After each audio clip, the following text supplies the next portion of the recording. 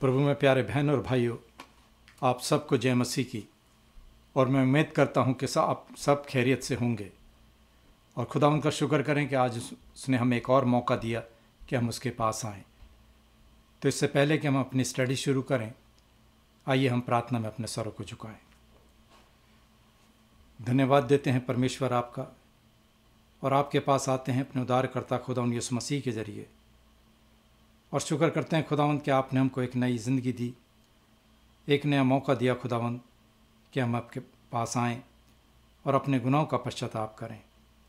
प्रभु जी, आपका धन्यवाद देते हैं तमाम विश्वासियों के लिए, जहाँ कहीं भी आपके लोग हैं खुदावंद, उन सब के ज़रिए प्रभु आपके नाम को महिमा मिले। हम भी आपका धन्यवाद देते हैं खुदावंद कि आपने हमको भी ये समय दिया कि हम आपके वचन में से कुछ सीखें, आपके बताए हुए हुक्मों को सुने खुदावंद, और इतनी तौफीक दें कि हम उन पर अमल करने वाले बने। प्रभु जी, जितने लोग इस स्टडी में भाग लेते हैं, आप उनको आशीष दें। आपका धन्यवाद देते हैं परमेश्वर, और इस स्टडी के लिए दुआ करते हैं कि इस स्टडी के लीडर आप हों। अपनी गलतियों के लिए क्षमा चाहते हैं और ये प्रार्थना मांगते अपने उद्धारकर्ता प्रभु यीशु मसीह के नाम से, आमीन। आज का जो हमारा विषय है और जो हुक्म है, जो आज्ञा परमेश्वर ने मूसा के ज़रिए 10 हुक्म दिए खुदावंद ने, आज हम उसकी 8वीं आज्ञा पर विचार करेंगे, कि जिसमें हमें बताया गया है कि तू चोरी ना कर, तू चोरी ना करना, यू शैल नॉट स्टील। तो ये परमेश्वर की 8वीं आज्ञा है। इससे पहले कि हम इस आज्ञा पर अपना ध्यान केंद्रित करें, फोकस करें, मैं पवित्र वचन में से इफिसियों के नाम पौलुस प्रेरित की पत्री, उसके 4 अध्याय और उसकी 28 आयत आपके सामने पढ़ूंगा। इफिसियों के नाम पौलुस प्रेरित की पत्री, उसका 4 अध्याय और उसकी 28 आयत।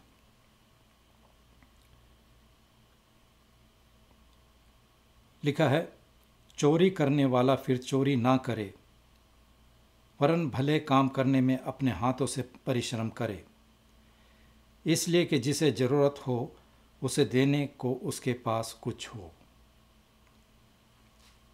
ये परमेश्वर का वचन है। परमेश्वर का धन्यवाद हो। तो अभी हमने इसमें पढ़ा चोरी के विषय में, और ये भी पढ़ा कि अपने परिश्रम, अपनी मेहनत से कमाओ, और जो बचे वो उसको हम दूसरों की सहायता में लगाएं। तो प्रभु में प्यारे बहन और भाइयों, आप सबको एक बार फिर जय मसीह की। आज हम परमेश्वर द्वारा दी गई आज्ञा में से 8वीं आज्ञा पर अपना ध्यान केंद्रित करेंगे, फोकस करेंगे, जिसमें हमें बताया गया है कि तू चोरी ना करना, यू शैल नॉट स्टील। आइए आज हम 8वीं आज्ञा पर अपना विचार करते हैं, जो कि निर्गमन नाम, एक्सोडस, पुराने नियम में उसका 20वां अध्याय और उसकी 15 आयत में यह आज्ञा हमको मिलेगी। और ये बात संपत्ति के क्षेत्र, एरिया से संबंधित है, ताल्लुक़ रखती है। तो इससे पहले हम आगे बढ़ें तो हम एक सवाल है कि तो चोरी क्या है? चोरी क्या है? चोरी करना एक ऐसा काम है जो सही मायने में मेरा या आपका नहीं है, और हम उसको चुरा लेते हैं और उसके बाद ये दावा करते हैं कि ये मेरा है, जबकि ये हमारा नहीं है, हमने इसको चोरी किया है। और ये परमेश्वर के वचन के हिसाब से नहीं है, क्योंकि परमेश्वर ने तो ये हुक्म दिया कि तू चोरी ना करना, यू शैल नॉट स्टील, और ये भी बताया कि चोरी करना पाप है, और ये परमेश्वर के हुक्म को तोड़ना है। ये अपने पड़ोसी से अपने जैसा या अपने समान प्रेम रखना नहीं है।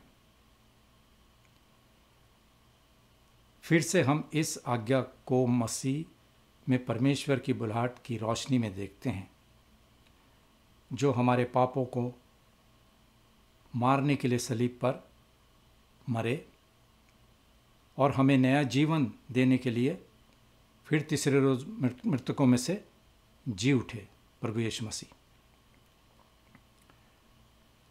अजीजों, परिवर्तन या पश्चाताप में दो चीज़ें शामिल हैं। पश्चाताप या परिवर्तन में दो चीज़ें शामिल हैं। पहला, अपने पुराने स्वभाव को मारना, जो हमारी पुरानी ज़िंदगी थी, उस जो आदतें हैं उसको मारना, उसको ख़त्म करना। और दूसरा, जब हम परमेश्वर के रोशनी में आ जाते हैं तो हमारा एक नया जीवन शुरू होता है। और दूसरा, नए जीवन की ओर बढ़ना। तो पहला, पुराने स्वभाव को, पुरानी आदतों को मारना, और दूसरा, नए जीवन में बढ़ना। प्रभु यीशु में परमेश्वर के नए लोगों के रूप में पश्चाताप की इस निरंतर लगातार बुलाहट के रूप में हम दो चीज़ें देखते हैं। पहला, हम नहीं लेंगे या आप नहीं लेंगे, और दूसरा, आप लेंगे। पहला, हम नहीं लेंगे, दूसरा, हम देंगे। पहले हम देखेंगे आप नहीं लेंगे या मैं नहीं लूँगा। You shall not take. आइए हम इफिसियों के नाम, जो मैंने अभी आपके सामने पढ़ी पत्री पौलुस प्रेरित की, उसके 4 बाब की 28 आयत से इस बात को शुरू करें। इससे पहले कि हम आज के दिए गए प्रश्न के निर्देशों पर विचार करें, और प्रश्न आज का जो है हमारा सवाल, वो 110 का उत्तर दें। 110 के उत्तर में हमारा प्रश्न है कि परमेश्वर ने 8वीं आज्ञा में क्या मना किया है। परमेश्वर ने 8वीं आज्ञा में हमको किस चीज़ की मनाही करी है।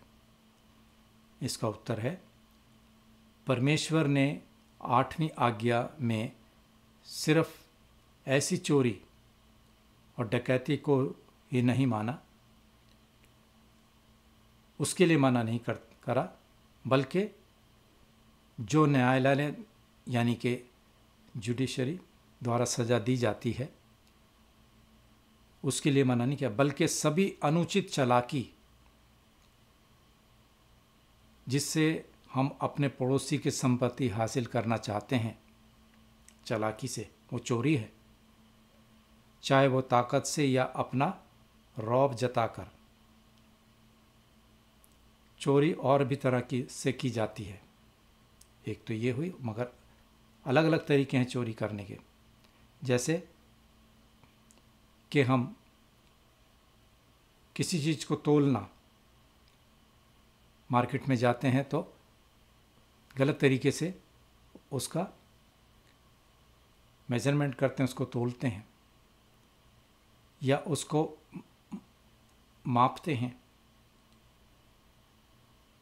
कितनी बार मार्केट में नकली करेंसी आ जाती है, पैसे आते हैं, ये चोरी है। फिर इंटरेस्ट लेना, ब्याज लेना,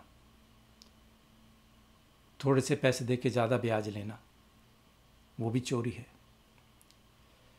और ये सब परमेश्वर की नज़र में चोरी हैं। और इन सब कामों के करने के लिए परमेश्वर ने मना किया है। मैं भी आपको आगे बाइबल के रेफरेंसेस हवाले बताऊंगा, जिसमें ये बातें आपको पता लगेंगी कि परमेश्वर ने इन बातों के लिए मना किया। उसी प्रकार लालच, किसी भी चीज़ का लालच और उसके दिए उपहार, ये सभी चोरी हैं।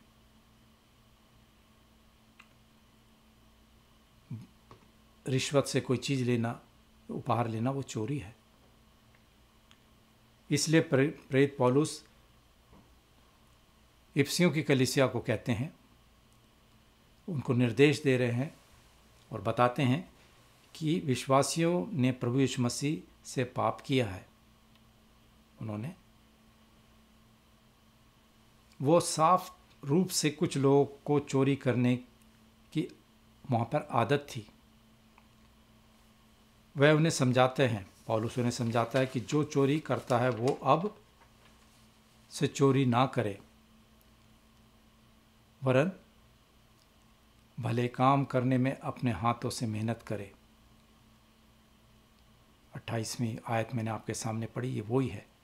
इसलिए कि जिसे ज़रूरत हो उसे देने को उसके पास कुछ हो, क्योंकि इफिसियों की कलीसिया के सदस्य जानते हैं कि वे कौन हैं।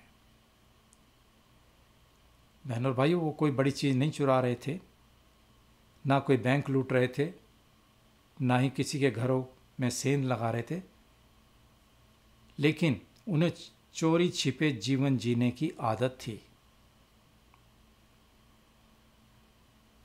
कम कीमत की वस्तुओं की चोरी करना एक चोरी है।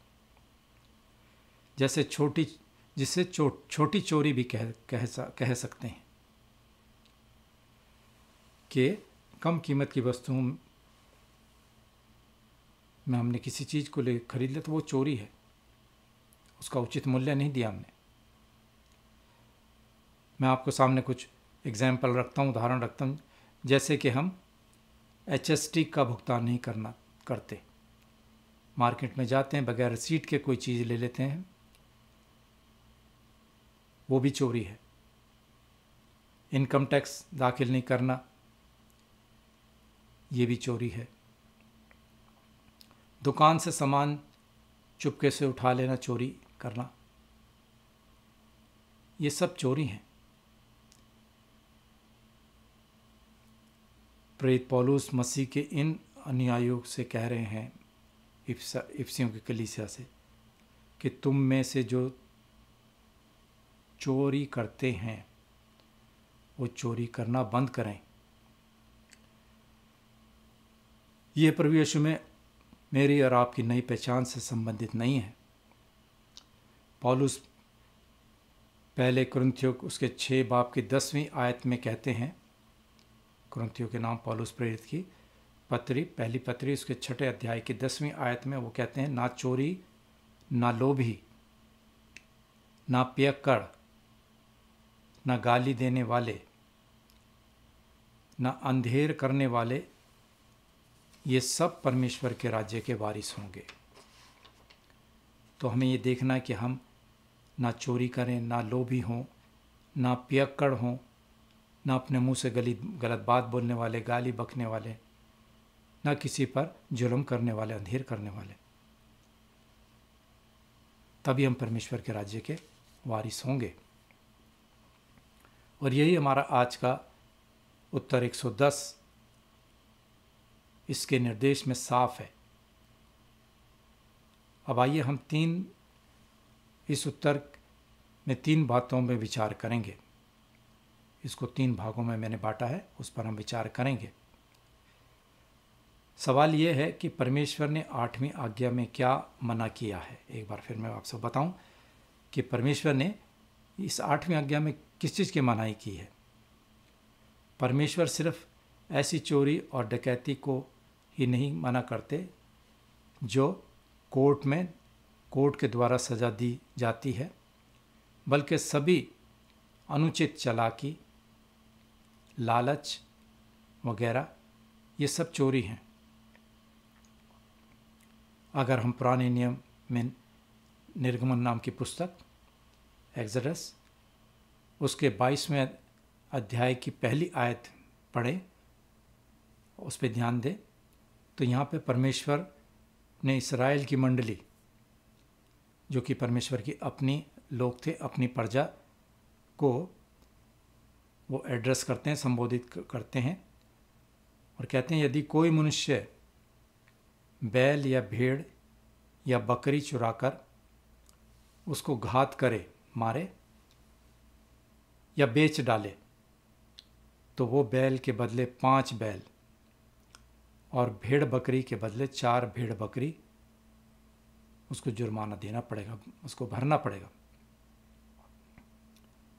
यहाँ हम देखते हैं कि सच्चा पश्चाताप कैसा दिखता है।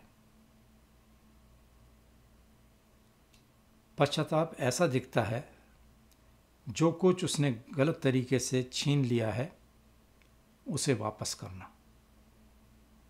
अगर हमने किसी की कोई चीज़ जो कि हमारी नहीं थी और गलत तरीके से हमने ली है तो उसे वापस करना। और जैसा कि पुराने नियम में तो ये था कि यहाँ पर 4 गुना है और यहाँ तक कि उसका 5 गुना आपको भरना पड़ता था। चोरी की गई दूसरी चीज़ों के लिए पवित्र बाइबल कहती है कि वह 2 गुना भर दे। मैं आपसे गुजारिश करूंगा कि कृपा करके आप निर्गमन नाम की पुस्तक उसके 22वें अध्याय को हो सके तो पूरा पढ़िए, वरना 4, 7 और 9 आयत आप ज़रूर देखें ताकि आपको और मालूमात पता लगे। हम ये नए नियम में पढ़ते हैं, इस बात को नए नियम में भी इस बात को पढ़ते हैं।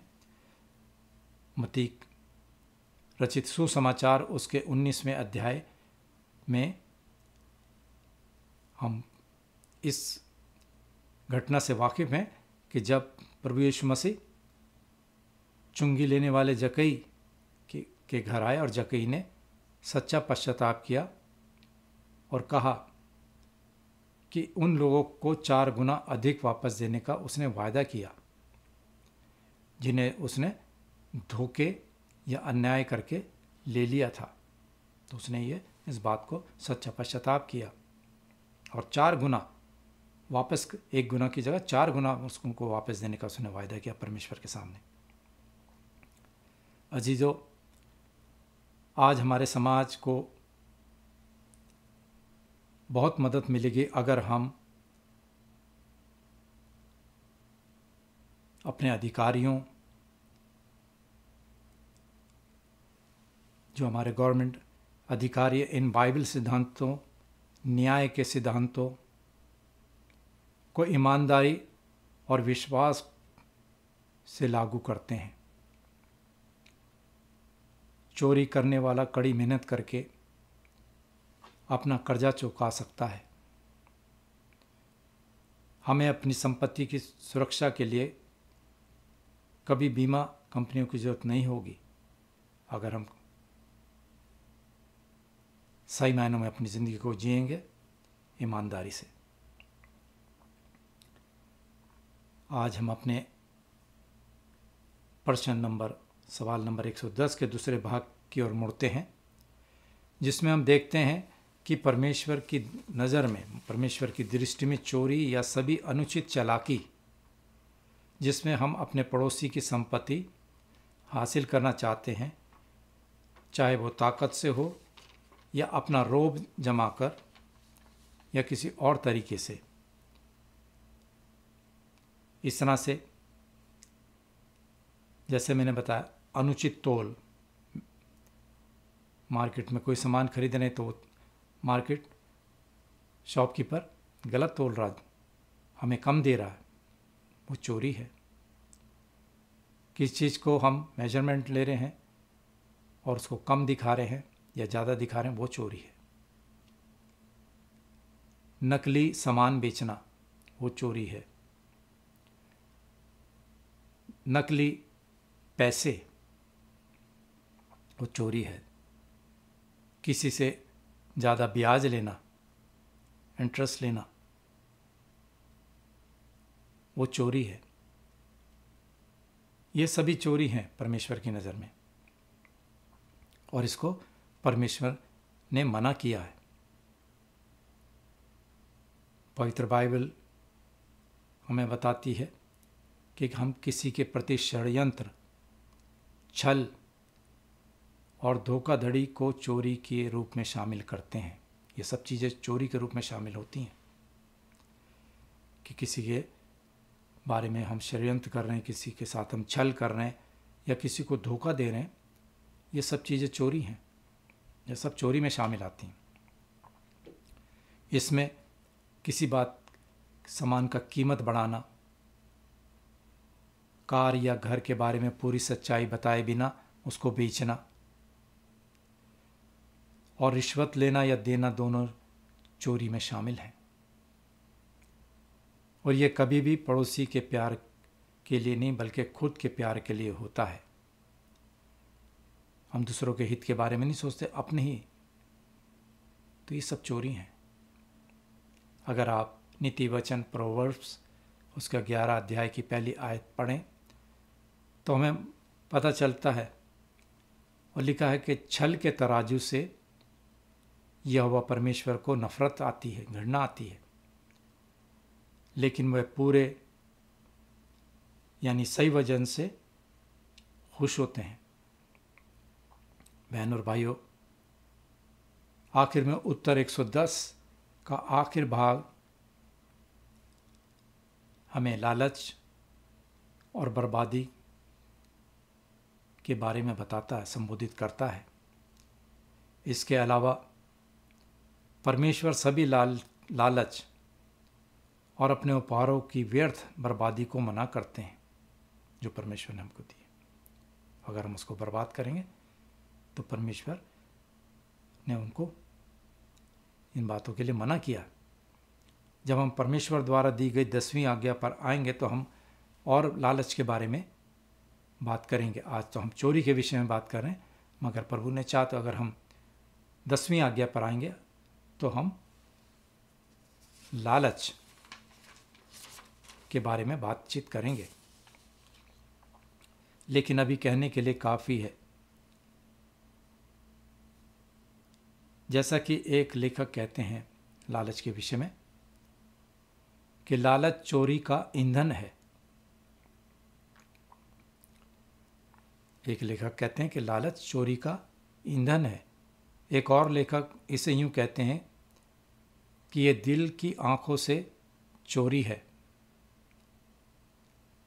इसलिए 8वीं आज्ञा इसकी गहराई में एक हृदय संबंधी मुद्दा है कि हमने कोई चीज़ का लालच की आंखों से, दैट इज़ ऑल्सो चोरी।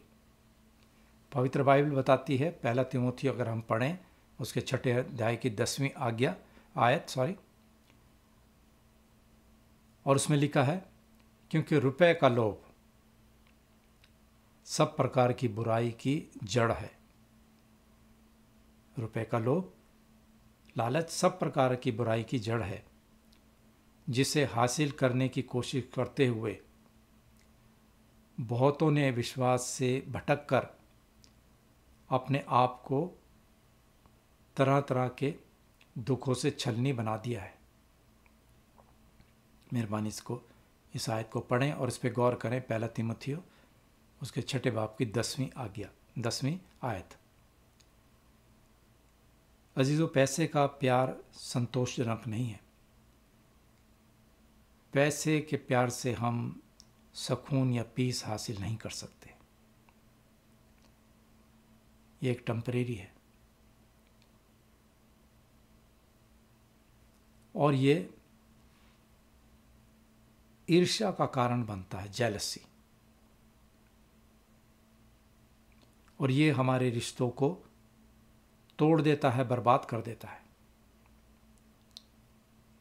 लव ऑफ मनी, ये हमारे को तसल्ली नहीं दे सकता, संतोष नहीं दे सकता, सुकून नहीं दे सकता।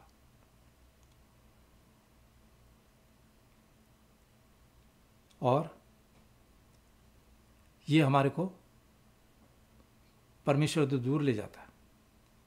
अगर हम पैसे के पीछे ही दौड़ेंगे तो वही हमारा परमेश्वर होगा, क्योंकि हम उसको अपनी ज़िंदगी में पहला दर्जा दे रहे हैं, पहला स्थान दे रहे हैं, और हमारे मन में शांति नहीं होगी।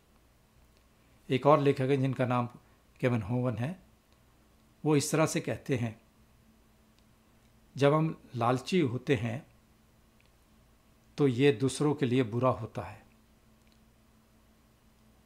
दूसरों के लिए तो बुरा होता ही है, और हमारे खुद के लिए भी बद से बदतर हो जाता है। तो हमें इन बातों से बचना है, लालच से, क्योंकि ये हमें कभी सुकून नहीं देगा। आज के 100% उत्तर 110 में परमेश्वर के उपहारों की व्यर्थ की बर्बादी को दर्शाता है, संबोधित करता है, और वो है लेजीनेस, आलस्य। आलस्य और बर्बादी दोनों को ये रेफर्स करता है, जो कि 8वीं आज्ञा को तोड़ने के रूप में भी है।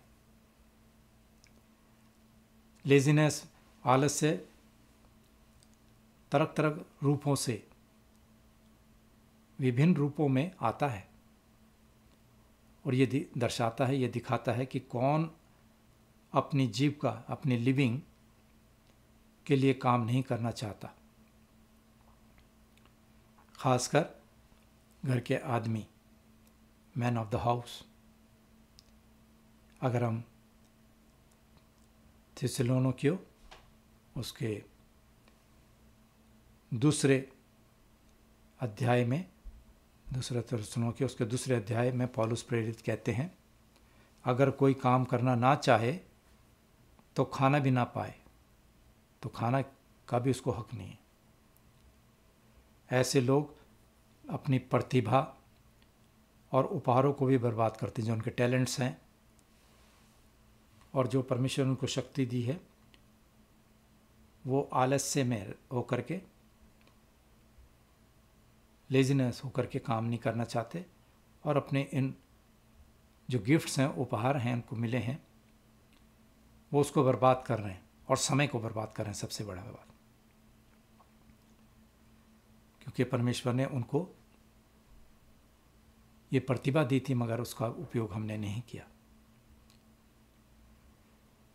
और ये आज्ञा उन लोगों पर भी लागू होती है जो काम करने के दौरान इधर उधर समय काटते हैं। दफ्तर में जाके गप वप करना, समय की बर्बादी, ये चोरी है।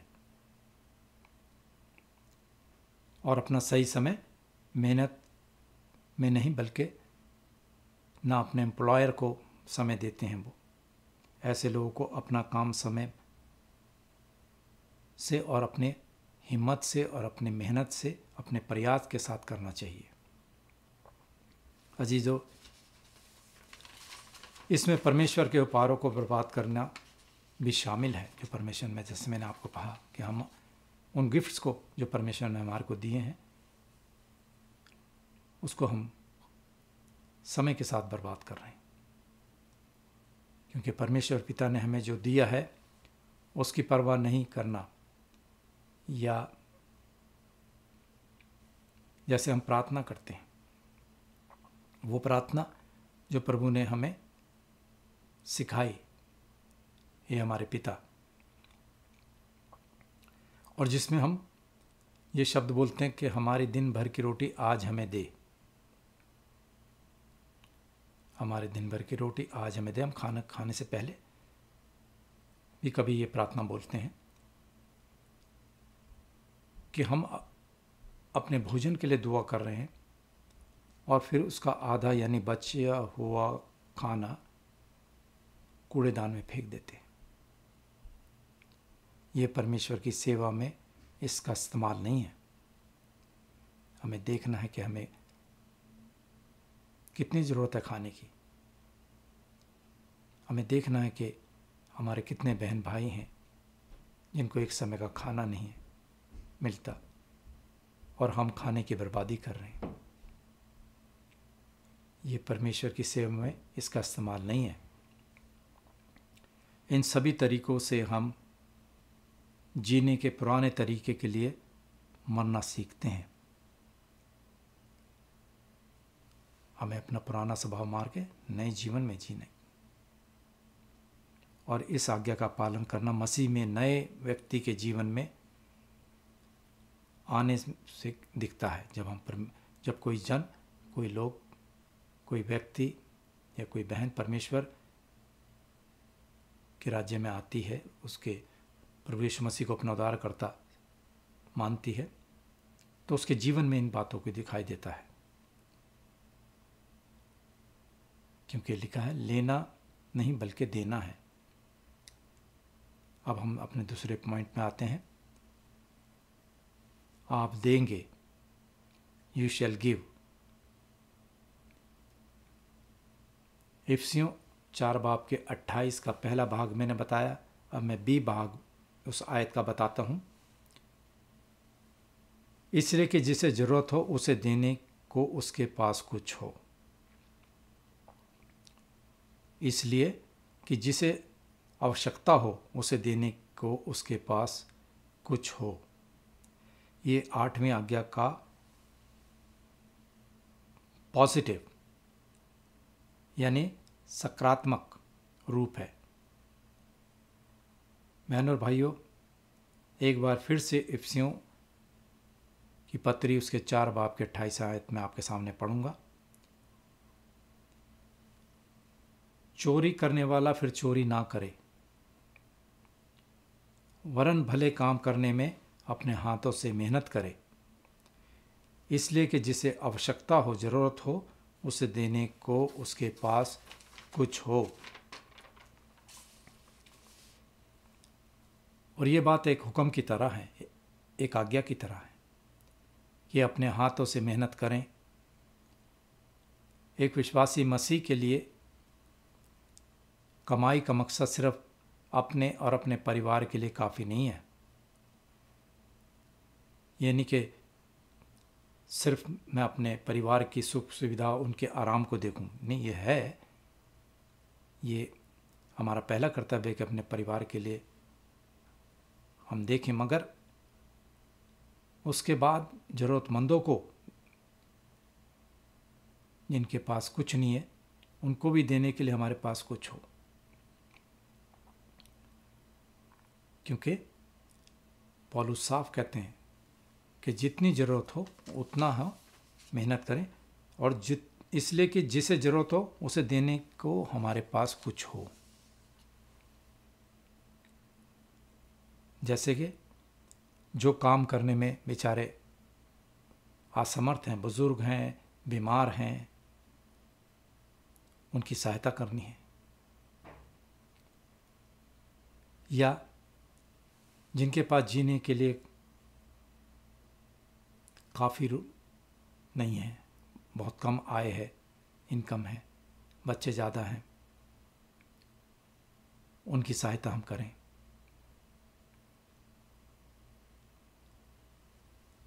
उनको हम दें। देना बन जाता है पाने का मकसद। हमारे जी उठे महान प्रभु यीशु मसीह अपनी आत्मा के द्वारा हमारे अंदर एक नया दृष्टिकोण और एक नया राज्य के दृष्टिकोण को आकार देते हैं, उसको शेप देते हैं। आज का हमारा प्रश्न 111 हमसे पूछता है, लेकिन परमेश्वर इस आज्ञा में हमसे क्या चाहते हैं? परमेश्वर इस 8वीं आज्ञा में हमसे क्या चाहते हैं?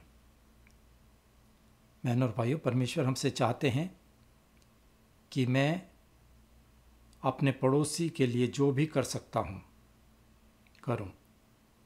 पड़ोसी ये नहीं कि हमारा नेक्स्ट डोर नेबर, नहीं। जिसको भी हम देखते हैं, जिससे बातचीत करते हैं और देखते हैं और महसूस करते हैं कि इसको किस चीज़ की आवश्यकता है, उसके लिए मैं कैसा, उसके प्रति हमारा कैसा बर्ताव है, मैं कैसा बर्ताव करूं, सलूक करूं,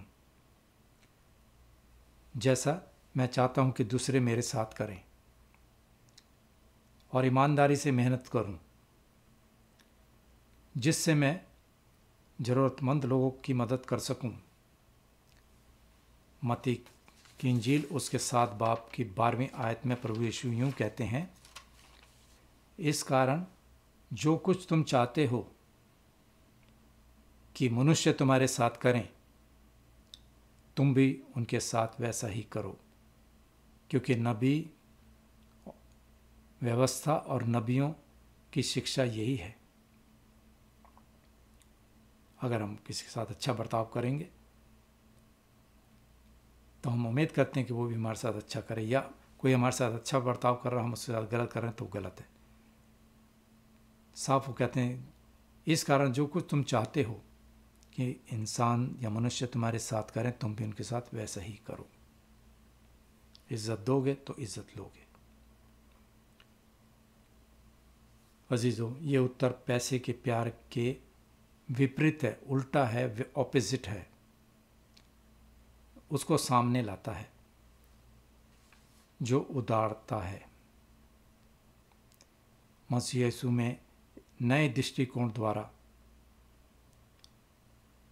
इसका आकार, इसका शेप दिया गया है। हम इस संसार में एक यात्री हैं, ये हमेशा याद रखें। हम एक मुसाफिर हैं, और ना हम इस दुनिया में अपने साथ कुछ भी नहीं लाए थे। जब हम आए थे इस संसार में बच्चे, तो हम अपने साथ कुछ नहीं लाए थे। और ये निश्चित है, ये फैक्ट है कि हम अपने साथ कुछ भी नहीं ले जा सकते जब हम जाएंगे तो इस दुनिया से। इस बात को तिमोथी अपने पहली पत्री में उसके 6 बाब की 7 आयत में इस बात को जाहिर करते हैं, इस बात की पुष्टि करते हैं और कहते हैं, क्योंकि ना हम जगत में कुछ लाए हैं और ना कुछ ले जा सकते हैं। एक लेखक हुए हैं डी जोंग करके, वो अपनी किताब the good news we almost forgot में वो इस तरह से कहते हैं, अपने पैसा जमा करने के बजाय हम इसे सौंप दें बड़े खलियान बांड्स बनाने के बजाय बड़े दिलों का पोषण करते हैं। लेने के बजाय हमें देना चाहिए। हमें परमेश्वर का धन्यवाद करना चाहिए और उनके प्रति अत्यधिक कृतज्ञता व्यक्त करते हैं, जो अब तक का सबसे बड़ा उपहार है, जो समझ से बिल्कुल बाहर है।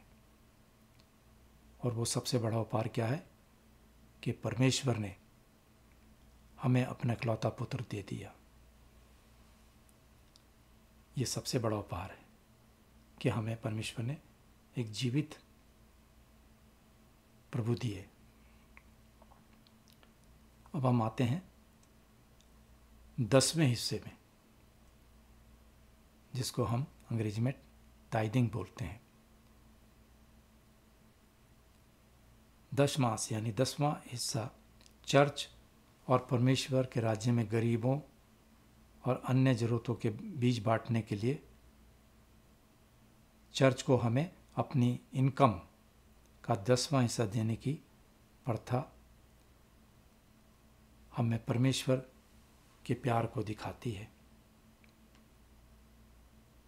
ये हुक्म दिया गया है। अगर आप पुराने नियम में मलाकी नाम की पुस्तक देखें, मलाकी नबी की, उसका 3 अध्याय, उसकी 8 और 10 आयत मेहरबानी से पढ़िएगा, तो आपको 10वें हिस्से के विषय में मालूम होगा। बहनों और भाइयों, 10वां हिस्सा इबादत का एक काम है, इसलिए हम हर संडे ऑफरिंग यानी हदिया लेते हैं।